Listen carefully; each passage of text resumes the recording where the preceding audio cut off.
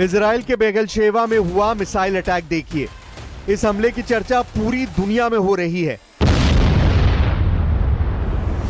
ये देखिए, लोग भाग रहे हैं, सायरन्स हो रही हैं। सुनिए। सीज फायर से कुछ मिनट पहले हुए इस हमले ने नेतन्याहू से लेकर डोनाल्ड ट्रंप तक सबको चौंका दिया। इट्स वेरी डेंजरस नाउ, कह रहे हैं बहुत खतरनाक है, और आप सुन सकते हैं। देखिए, लोग भाग रहे हैं और देख सकते हैं आप, शेल्टर में रहे हैं। शेल्टर में लोग जा रहे हैं क्योंकि यहां पे खतरा हो सकता है।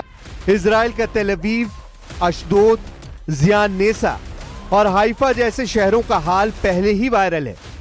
क्या ईरान अब इससे भी खतरनाक मिसाइलों से खुद को लैस करने जा रहा है? यह कयास इसलिए क्योंकि ईरान के विदेश मंत्री से मिलने के बाद पुतिन ने एक मिसाइल का नाम लिया है जिसका खौफ नेटो और अमेरिका में पहले से फैला हुआ है। इसलिए ईरान और इजराइल के बीच सीज फायर की सबसे बड़ी वजह पुतिन और उनकी ओरेशनिक मिसाइल को बताया जा रहा है।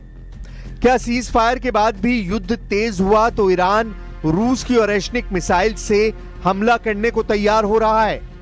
पुतिन से भी ज्यादा अब ओरेशनिक मिसाइल का डंका बज रहा है। ईरान के विदेश मंत्री के साथ पुतिन की मीटिंग ने ओरेशनिक वाला अलार्म बजा दिया। क्या ओरेशनिक का खौफ अब पश्चिम एशिया में सबसे बड़े युद्ध की शुरुआत करने वाला है?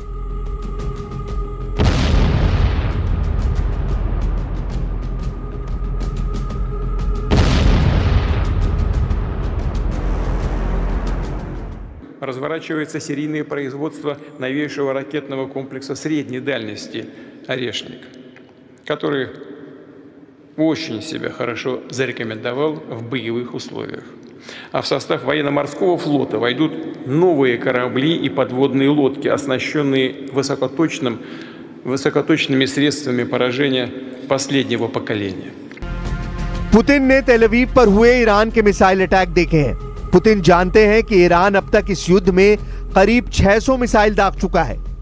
तेल अवीव, हाइफा और बेगल शेवा में हुए धमाकों को देखने के बाद आखिर पुतिन ने ओरेशनिक मिसाइल का जिक्र क्यों किया? पुतिन का सिग्नल सवाल उठा रहा है। क्या रूस अब ईरान को अपने ओरेशनिक मिसाइल देने वाला है? क्या ईरान की एरोस्पेस फोर्स अब पुतिन की ओरेशनिक को लॉन्च करने की तैयारी कर रही है? यह मिसाइल जहां वार करती है उस जगह को 4000 डिग्री सेल्सियस से जला डालती है। यह मिसाइल परमाणु बम नहीं है, लेकिन उससे कम भी नहीं है। यह पुतिन की 4000 डिग्री वाली भट्टी कही जाती है। सीज फायर टूटने का मतलब है कि ईरान और इजराइल का युद्ध तेज होगा और फिर सबसे खतरनाक हथियार एक दूसरे पर दागे जाएंगे। ओरेशनिक का इस्तेमाल पुतिन यूक्रेन पर कर चुके हैं और इसका वॉरहेड जहां गिरता है वहां कुछ नहीं बाकी रहता।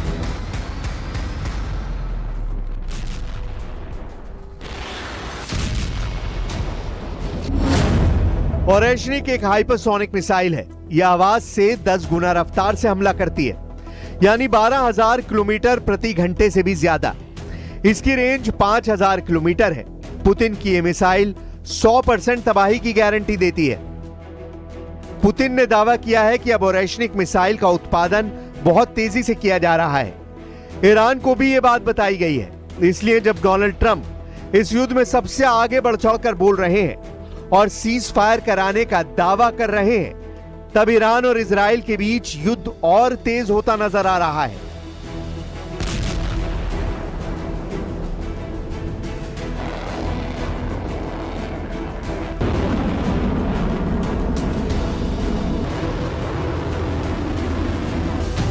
एक तरफ तेल अवीव, दूसरी तरफ Tehran.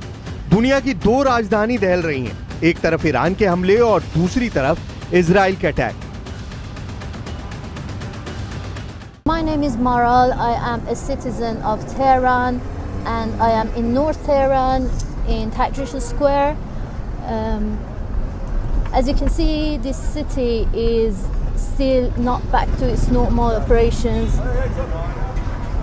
There are black flags everywhere to show solidarity with martyrs, and to my left, this is one of the buildings that was shot about a week ago.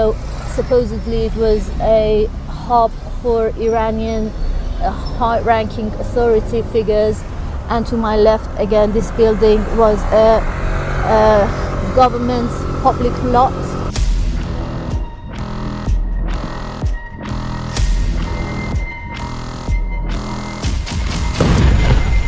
Israel में कहां धमाका होगा, कौन सी मिसाइल गिरने वाली है, इसे लेकर इजराइल का मिसाइल ट्रैकिंग रडार सिस्टम अब एक बड़े शून्य में जाता हुआ नजर आ रहा है, क्योंकि ईरान ने अपनी सबसे खतरनाक मिसाइलों से इजराइल को टारगेट करना शुरू कर दिया है।